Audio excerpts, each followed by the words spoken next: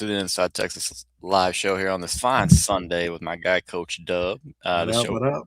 there you go, my man. Welcome, guys. The show brought to you, of course, by our guys over at Academy, Academy Sports and Outdoors. As always, showing some love. So they're bringing to you today's show, guys. Go ahead and hop over to that IT right now, it.com. Go ahead and hop on the Ultimate Fan Bundle if you haven't taken advantage of that yet. Do so. And again, you got all the fun content coming out about the spring game, the spring, just all the spring period, what it looked like for Texas, and what summertime's going to look like as we're getting closer and closer. Coach, how you doing today, brother? Man, I am doing good, man. It's Sunday, It Uh, is. got to see a little football in person yesterday. That's always a good thing, right? That was a good The feeling. weather Yeah. the weather held up, even though it got kind of cold, but the weather held up. So yeah, it was good, man. My Sunday is starting off great. Depending who you ask, man. Some people call that football weather, but no, it is a little bit Hey, chilly out there, a little nice. But yeah, glad that the weather held off. Glad the weather held off for baseball for everybody out there. It was it seemed like a fun day in Austin, Texas yesterday. I did not get up there and get to see it all. What were the scenes like outside and around the stadium, Coach? yeah, man. Look. I first got there, I had to park at like Brazos Garage. Like, that's over there behind Jester, if anybody knows about UT campus. And so walking through the intramural fields and taking the bridge over, you see just a long line wrapped around all the way past Moody. Like everybody's waiting to just get in the gates. Yeah. And then everybody's doing their shopping. I want to say it's Cecil Chavez Street, this backside of the stadium or the west side. You see another long line. It's like, man, these fans are just, it look like a game day, right? Yeah. On a normal Saturday, right? People just lined up ready to get in the gates. They're getting in line for autographs. They're getting, what I mean? It's like the whole night. It was just like the atmosphere was electric. We filled up the north and south, with the north side of the end zone and then the west side of the end zone because they're doing some work on the home side. And of course, the recruits set by the scoreboard. But man, it was just like to see so many fans show up, they're ready. And you can't blame them, right? You could see Archman, you could see Cam Coleman, all the new shiny new pieces. And so it was like, hey, let's get it on. So it was a great energy.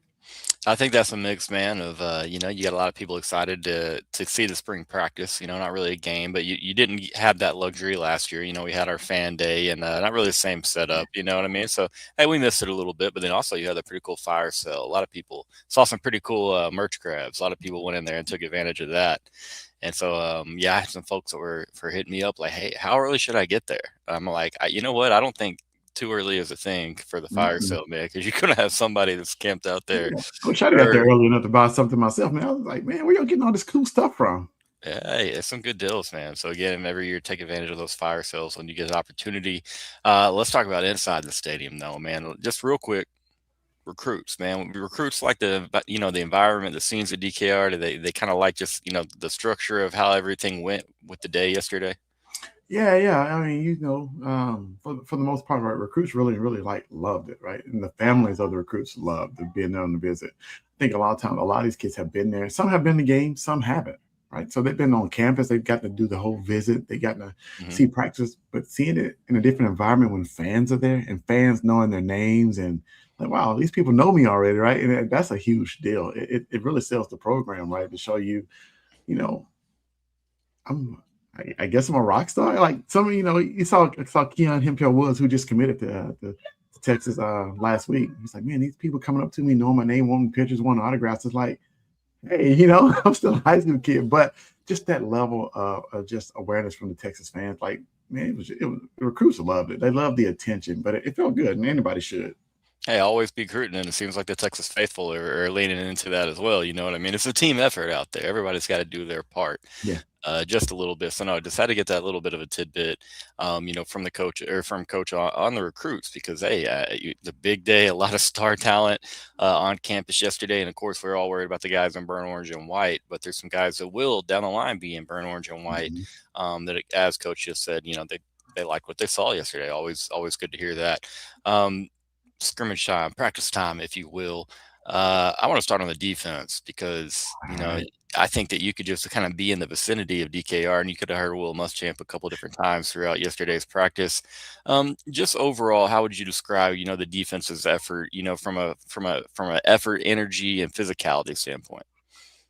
Hmm. Effort, I would say the effort was there from all three. I would say first team, second team, third team, maybe fourth team. Like everybody who got in the game, got in the practice of scrimmage yesterday, show effort, running to the football, just getting after it. Physicality, um, because they kind of thudded up. It wasn't like take people to the ground. I know they had some live periods during the run where they took some people down, but it wasn't like try to take out your teammate type of tackles, right? Right, right, More right. physical in the trenches, really getting after it because you have no choice but to be physical in the trenches. It's either be physical, or you might get rolled up on and get hurt. So you got to go full Exactly. speed in that area.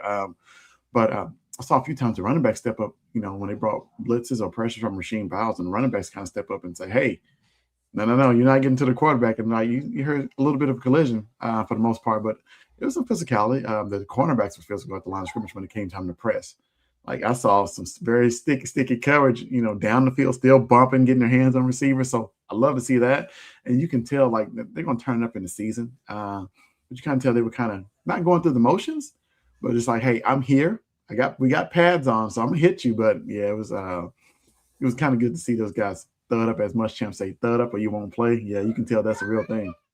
Did you say press coverage, coach? Like the defensive back and the receiver and the space between them, there was not much. We got on. That's what you're telling me, coach. I saw a ton of it from even in 7-on-7. They started out 7-on-7 to start the hour after the return, after the special teams kickoff return. They went right into 7-on-7. I saw corners like in 2 or 3 yards of line of scrimmage, ready to press and sticking to the receivers. They didn't give much separation of room.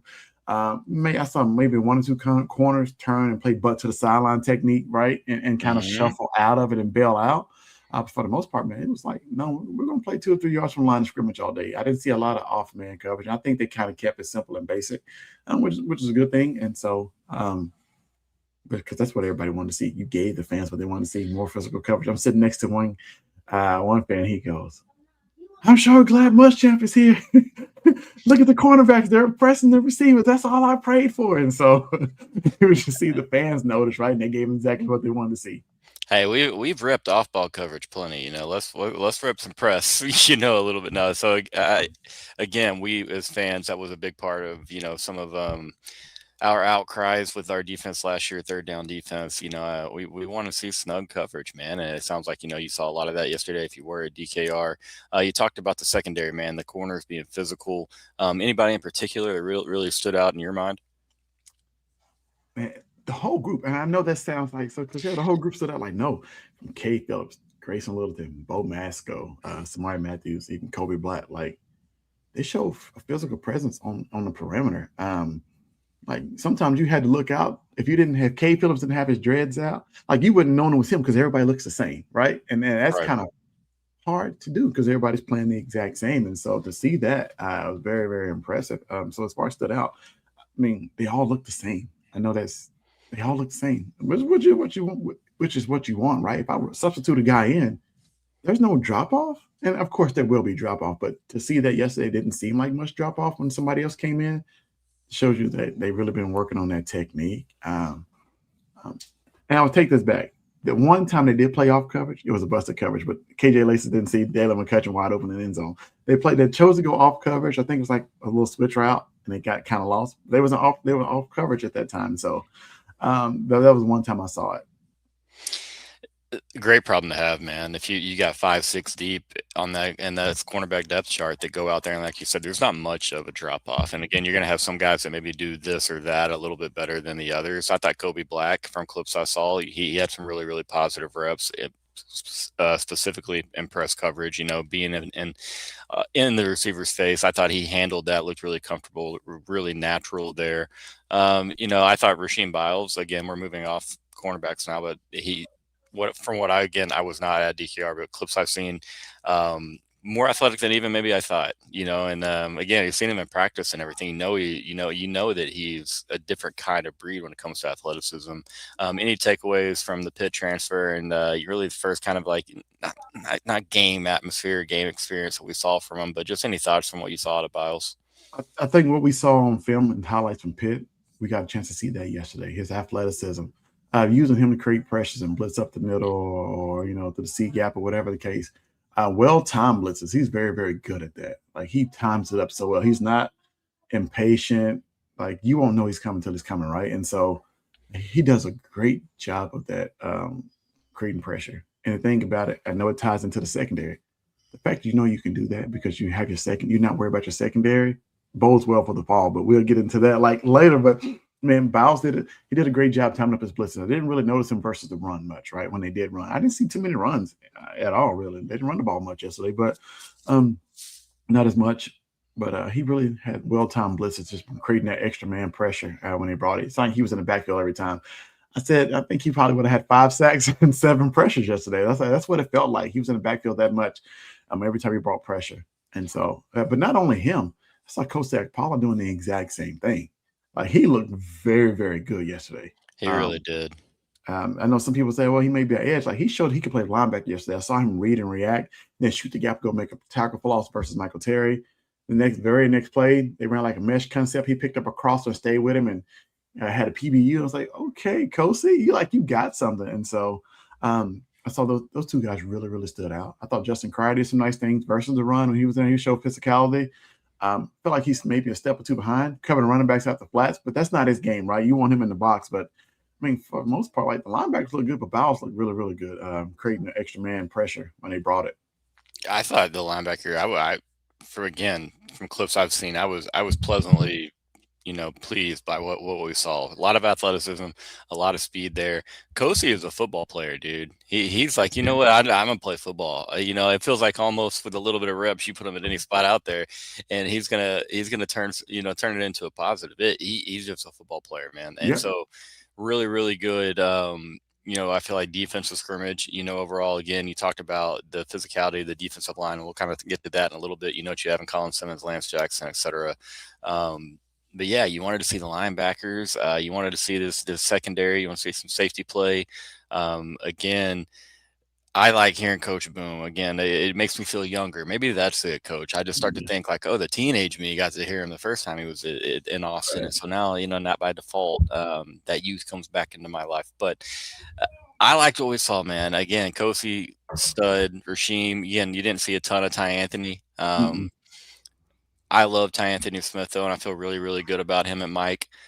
So no worries or concerns there. Just wanted to touch on that. But anybody on the defensive line, Coach, specifically the interior of that defense, that you're like, hey, maybe he's a little more ready than Texas fans thought he was.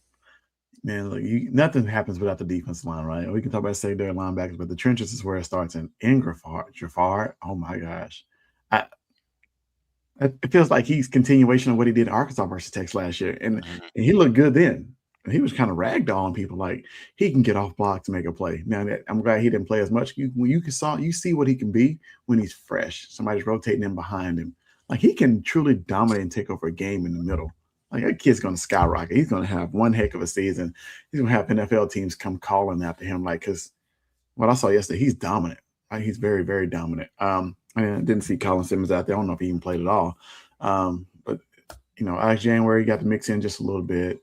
Myron Charles, I thought he looked well the times he were in. He flashed a few times. I know everybody's kind of waiting on him, right? Because that's a room with a lot of depth at the defensive tackle. But I thought when he got in the game, he flashed. Josiah Sharman got in and did some nice things. Maybe needs to work on being consistent with the pad level, but for the most part, like the one that stood out to me was Jafar. Man, he looked terrific. Mariah Watson, I know he got in a few times, but really nothing noticeable from the guys other than doing their jobs, right? But in Jafar, just he flashed a ton, and he's hard to miss at 6'7", 380. I mean, he's hard to miss to begin with, but I thought he did a wonderful job up front. That's the thing, man. Some people flash a little bit easier than others, and he kind of, like you said, you can't not catch Jafar when he's in there putting in a productive rep right there. And so again, had to have him for that Will Muschamp defense. You knew that we'd see him again, like you said. Colin Simmons was never going to play in this. But yeah, you know what you have out there on the edges, and so it's good to see that at Jafar. It's good to see positive reps out of Josiah Sharma, who I think further down the line into next season, come Ohio State or Tennessee or Oklahoma, maybe it's not able to help the way that he'll be able to help come Texas A&M in potential playoff games, later in the season. And so again, you want to have all that depth ready, in time to make your run. And I feel good about Myron Charles and the upside there. You need a little more consistency, like maybe you kind of alluded to there. But yeah, what kind of fronts will we running over there on the defensive? I saw a ton of 4-man fronts, pretty much all day. And because I was going to get to that, I want to talk about the young edges, Richard Wesley and Jamarian Carlton. Richard Wesley was creating havoc on the edge. Oh, man. that kid has a motor. He has the moves. He has it, right? I saw Jamarian Carlton out there a few times, setting the edge, containing. We were pretty much a 4-man front. I didn't see me in 3-man fronts at all, if any. Right, it was all 4 down stuff, and so I think they kept it basic up front. Right, kind of let the kids play fast. I call them kids, but the young men kind of play fast and just see what they can do in a base defense type of setting. And so it was a ton of 4-man fronts up there for the most part. There you go. Another you scheme guys. I know something that curious to see. Would you see some 3-man fronts mixed in there with the 4-man fronts? Again, we're not. That's tip of the iceberg with both sides of the football. You're not going to show everything you got in your bag, but just a couple of clues on what kind of some press coverage, which Mm-hmm. we had to have. Some 4-man fronts. I think we saw a lot of things yesterday that make us feel a little bit better, continue to feel better about the change in defensive regime. And again, still a long off season to go, and excited for that unit to get out there because I really do. I do feel, Coach, a long way to go, but I do feel it's going to be a really, really improved unit. You share the same sentiment, overall. You think, pretty naturally, you feel like it's going to be a little improved from 2025. Um, I don't know. Here's the thing. I think it would look different. Okay. Right, PK didn't give up a lot of yards. He didn't give up a lot of explosive. He didn't give up many points besides a few games. I think with the added pressures, here's the thing. Sometimes that blitz won't get home. Sometimes a corner's going to get beat because you're on an island. Mm. Sometimes you may give up more explosive. You may give up more points. But I think that kind of counters with when you do get in sacks, it's going to look different. If they get the same results, they don't give up many points. They keep explosives down, right? Then hey, most people would say, oh, it's better. It's a better defense than what PK had. Where I'm looking at it as they got the same result. They just go about it doing it a different way, right? And Right. so I think the true telling would be how good the defense is if the offense can't score. How often can they keep people off the field? Because PK protected the offense a ton last year, if we're going to be completely honest. Yeah. Can Muschamp do the exact same? Can he live letting the secondary play on the island one-on-one, safeties being matched up, and they give up those explosive plays? Because ultimately, it's going to happen. It's going to happen, right? And so, to me, if they get the same result, it doesn't matter. But I think people have optics and say, well, it looks better, like the fan. And, well, we're pressing, we're blitzing, we're bringing it. Yes, I love it, right? It looks different. But if we get the same result, is it that much different? Everybody has a style of is one way to skin a cat type of thing, right? PK had his way, Muschamp has his way. So we'll see when the fall gets here if it's better or not, because it's too early to tell for me. That's the thing too. It's so early. You got to make sure that okay, we want to run these schemes. Well, you got to make sure you can run the schemes. It's like, okay, hey, cool, we threw it out there, it looks cool, but then it's like, well, none of the guys can do it. We can't execute. No one can cover. And then you're going to get cooked, and you're like, well, be damned with the scheme. So no, Yeah, again, long way to go. I feel again curious to see what it looks like versus Ohio State compared to what it looks like right, versus exactly. an LSU later in the season. How quickly Yeah. do these guys get aligned, and how quickly do Because they're they going to scheme adjust? against you. So now it's not a team you're going against every day in practice when you know the play script, you know the calls. Right, right, You're going against right. somebody scheming against you. So Whole different world, man. So, and again, I can't wait to get there. I need to find out, man. I'm itching. Yesterday, just like it's like, oh, it's cool. It's live football, and then I was like, oh, dang, we got another big break, man. We got another long wait before we get it back on us. I know, right? Real quick, guys, let's hear from our Sunday sponsor, Academy Sports and Outdoors. We'll be right back in a few seconds. Oh, it's an auto worm bite, turns out. Giant. Oh, a giant. It's a giant, so. Oh, it's a giant. Oh, it's a giant. It's a giant. All right, man. I can't every time.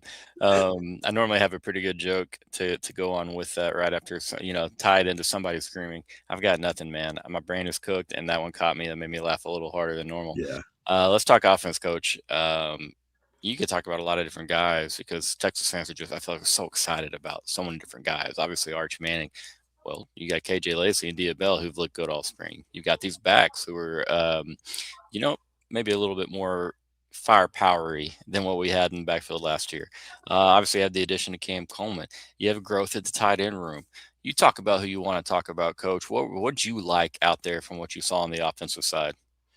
Man, I'll start with the quarterback, right? That's the leader of the offense. I'll go. I know Arch Manning got to participate in 7-on-7. DB, the defensive backs didn't give him many wide open targets. I thought he threw a nice fade ball to Ryan Wingo in the corner of the end zone. I'm not sure if it was too far thrown out of bounds, so Wingo just didn't like track it well or try to go get it. But I thought I'd like the fade ball. I thought KJ Lacey threw some dimes yesterday. Thought he also did well with throwing the ball away when he was in trouble. I know Sark told him like that's a great play. Like a lot of times, they worked a lot of wild or bootleg stuff yesterday. And when it wasn't there, he would throw it away or throw it into the dirt. He didn't take a sack, which is perfect. That's what you want. He also showed that, hey, if he's in trouble, he can run a little bit and take off when it breaks down. And so when he did have time, though, he looked really well throwing the football. I know everybody saw the clip of the corner throw to Dede McCutcheon, which was like terrific. Like he threw that ball before Dede even broke, right? And put it only where he could make a play on the ball. Like Kay Phillips had some sticky coverage, but excellent throw, excellent catch.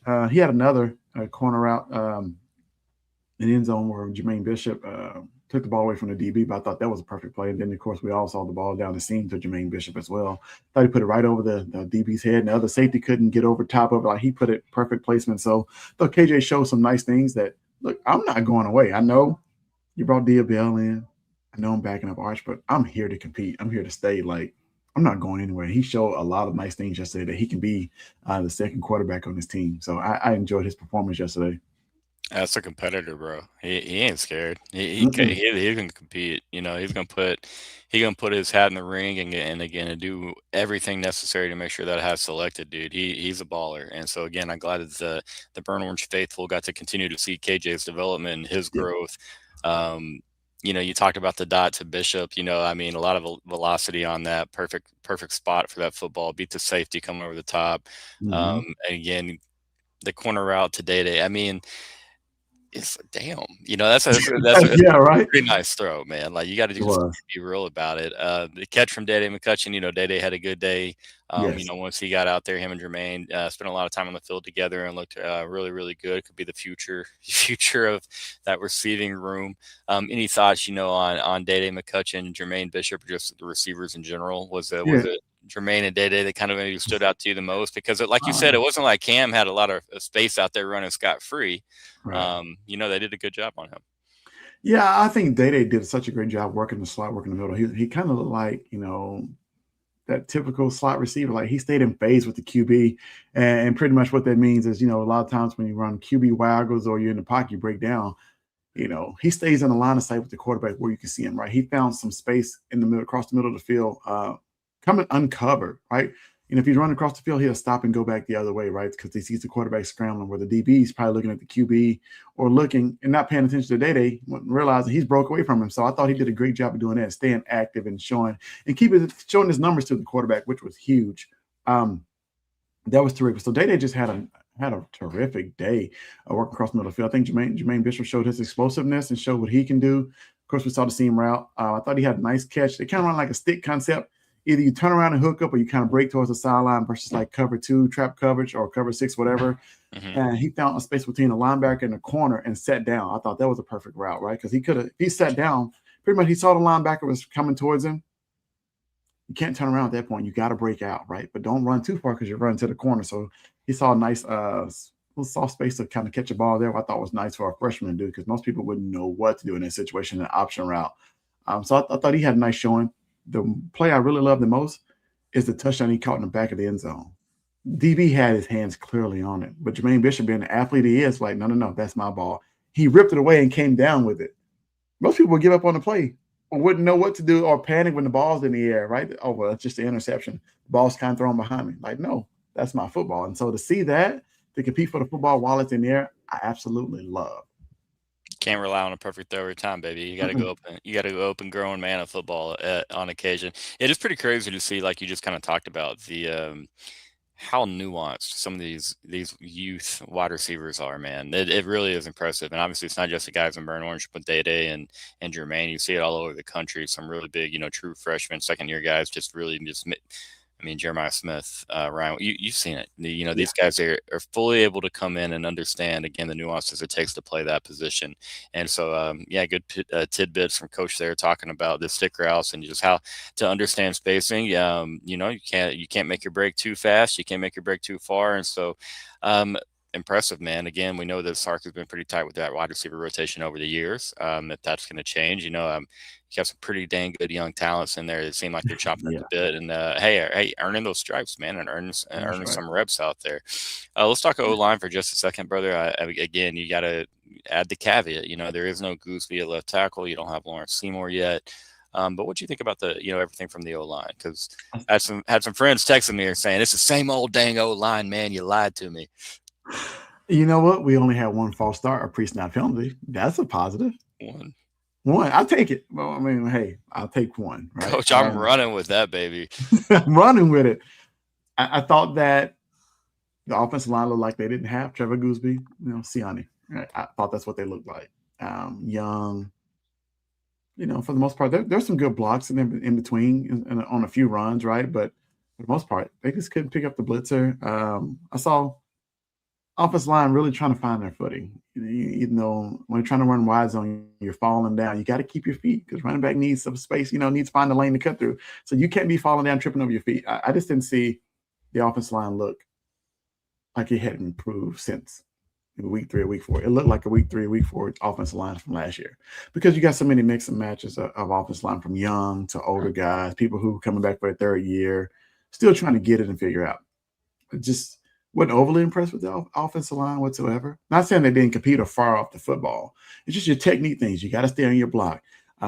Work up to the second level on a double team. Wide zone, you got to keep your feet. Don't turn your shoulders, right? Until you only turn your shoulders once you got the man hooked. Then you want to hook him and turn your shoulders, right? They would turn the shoulders kind of a little bit too early. I know that's technical, but as offensive lineman, you want to work down. You want to stay parallel to the line of scrimmage. Let the defender turn his shoulders so that you win, right? You just want to run him off and then let your running backs behind you work off you. But thought too many times they kept turning their shoulders. And when you turn your shoulders, your feet go from this to this. And then you can't keep your balance, right? You're going to tip over or the defender can throw you off and you can't contain and do what you need to do. So I saw that a lot yesterday, like a bunch of jumbled mess. They did get in the end zone. I thought they blocked it well when Derek Cooper scored on the goal line. I'm not sure who was in at that time, but he found a hole, he found a crease and hit it. I thought a lot of times he made his own luck and carrying defenders 3 or 4 yards after getting hit. That kid runs physical. He runs hard. But yeah, I thought the offensive line, it's just a lot of work and progress that needs to happen between now and Texas State. Hey, guys, we knew that was going to be the case. Like, this wasn't going to come in and you're just going to add these couple of new names with a couple of guys we had over, and you're going to have these injuries and come in and be like, oh, yeah, this is a finished product. Okay, we knew that was the case, but still, I'm definitely still in kind of wait and see mode, or more like believe it when I see it mode. Like, I will believe that unit under Coach Flood has turned a corner when I see it. I think it will be better, but like how much better? Our goal is to win a national title. It's not to go to the quarterfinals of the college football playoffs or the Final Four. You know what I mean? Like that's not Texas's goal here. So we'll find out exactly what that looks like. Hey, man. Apologize, guys. I haven't got to the comments this morning. Tired over here. Roaster, appreciate you being here as always. Gio, my man, checking in. Hey, Kosi is going to be a stud, man. Just wait. Kosi again, guy he probably could play edge, but also a guy that seems fully capable of playing some linebacker here. We'll see what that looks like in the future for Texas. And hey, Blake, I mean, yeah, that secondary it got a little weird down the stretch for Texas last year. Things got a little hairy. I'm not disagreeing with you at all. And Jossie, it's like you got that bat signal, man. We say Kyle Flood's name and you have to come running, brother. Like that's how it goes, man. So again, Joshy, me and you got to link up at some point today and get your takes on the old spring game, because I'm sure you have one or two on there, and you probably shared a few of them on Inside Texas. So appreciate you being here, my man. Come on, Joshy, lay off the guy, okay? Lay off. We have one false start penalty. All right, give the man. Yeah, we had one false start penalty, pre-snap penalty. So hey, let's take that. That's a positive. Yeah, we're gonna run with that. Couple more things, Coach, before we get you out of here. Running backs, man. Obviously, a lot of talk. Really, Brown, Hollywood Smothers. You mentioned Derek Cooper running really physical. Just what'd you take about that from what we saw of that group yesterday? Yeah, Hollywood Smothers didn't play as much. He got a few carries. I could see him trying to find his vision, trying to bounce everything a little bit too much when he was in. I think Malik Brown is just an explosive cannonball, man. He's short, compact, but man, we kind of saw a little bit on the kickoff return. Like, I don't think he would have scored, but because everybody just trying to find out landmarks. even though the fans loved him, went wild. I think he's just explosive play waiting to happen, right?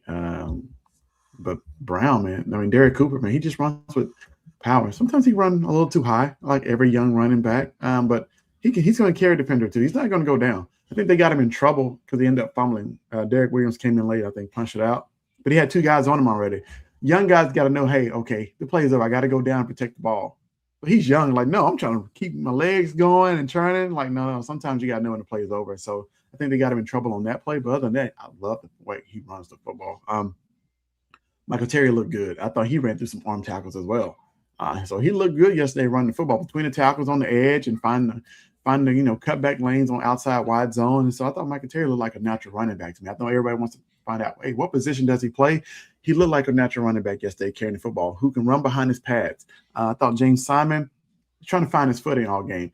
Yeah, not that it's terribly bad, but I almost feel like, when a guy doesn't get many reps, when he gets in, he tries to do too much. Yep. Because he has to make a play. He has to make a name for himself versus letting the game kind of come to him. So I thought he was kind of rushing things. He did have one nice run where he found a crease and he hit it. But I felt like a guy who was just trying to do too much. And then Jet Walker got in and ran hard. And so the running back room is deep. It's a lot of guys in there. You got a lot of mouths to feed. But those first 3, man, and you can include Michael Terry in there. I thought they looked really, really good. Again, the clips I've seen, I was really, really impressed with Raleek Brown. I thought, again, like you said, Michael Terry looked good. You knew that Jet Walker was going to run hard.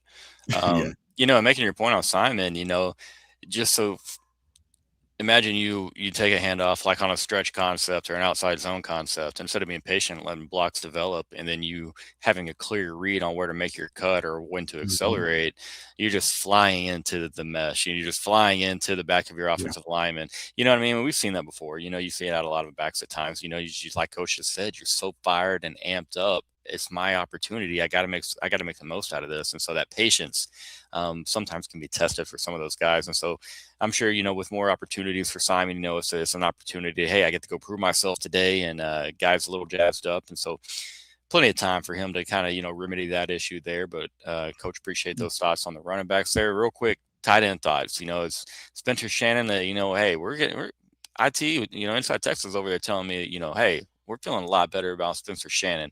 I'm feeling better about Spencer Shannon. Coach, you feeling better about Spencer Shannon? Man, what I saw yesterday, I was very impressed. I'm not ready to be like the ESPN article say this is breakout season, but I thought he did a great job of finding the soft zone behind the linebackers. Like, he set him up and what we call like a lift route. Pretty much you go over and then you kind of go up and lift over and go back across a lift route. He did a great job getting behind the linebackers with that. I thought he got behind Tyler Atkinson a ton. I'm not sure who the other linebacker was with Tyler in there, but I thought they lost him, which it's kind of hard to lose a 6'7" guy running behind you. But they're so focused on looking at the QB that they didn't see the big guy running behind him. So I thought he did a nice job. He doesn't go down easy. Is he going to catch the ball and go 40, 50 yards to the house? No. But will he get you a few extra yards because he's big? Yes. And so I think he showed that he's very serviceable as a tight end. That big body who can turn around, show his numbers, and get a catch. Sometimes that's all you need is a chain mover, right? A big guy in the red zone who can go and play basketball and shield his body.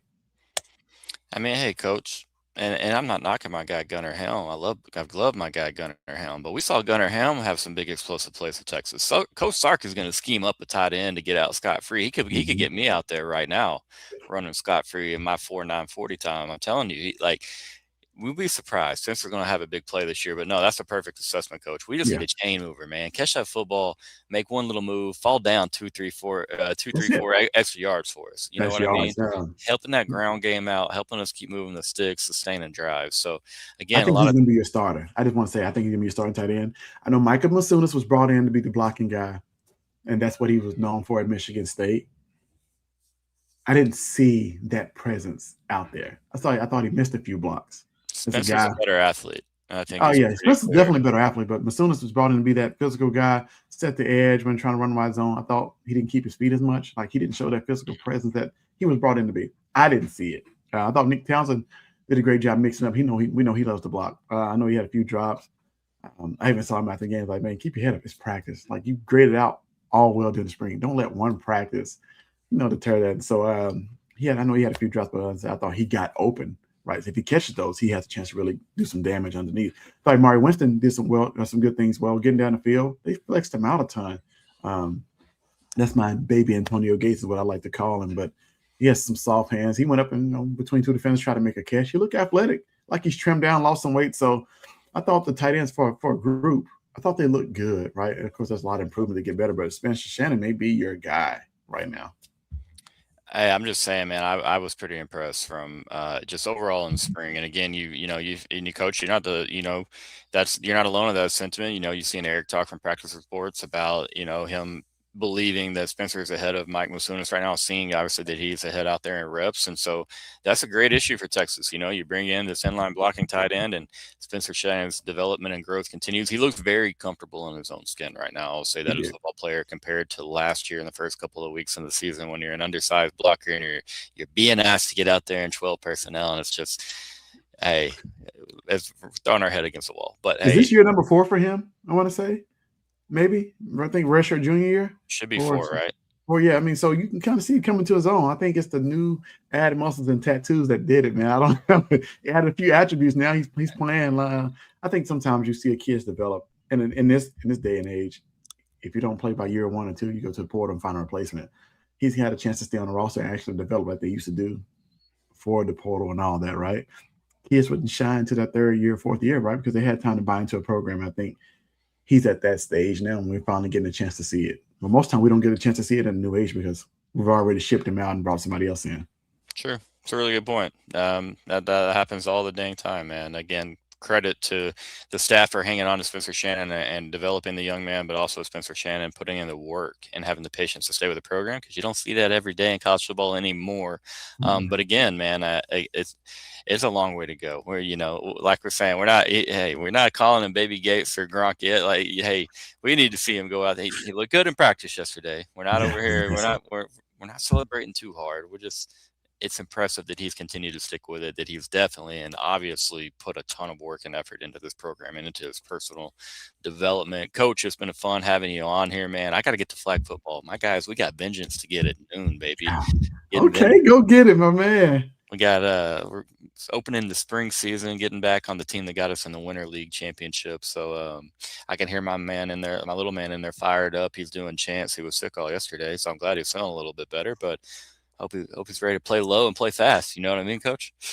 Hey, no tackling. It's flag football, but it's okay if you deliver a message in the early parts of the game. Go for it. Exactly that. And hey, I'm just saying, you got to get a guy on the ground. However, you got to get a guy on the ground. And by guy, I mean flag, Coach. Okay, we're not crazy out there. But guys, appreciate you watching Inside Texas today. Again, go check out all the fun off-season content over at InsideTexas.com. You got all the goods from guys like Coach Dub, Eric J. Dub, and the rest of the crew over there. So go check it out. But again, have a great Sunday, and thanks for spending your morning here with us on Inside Texas.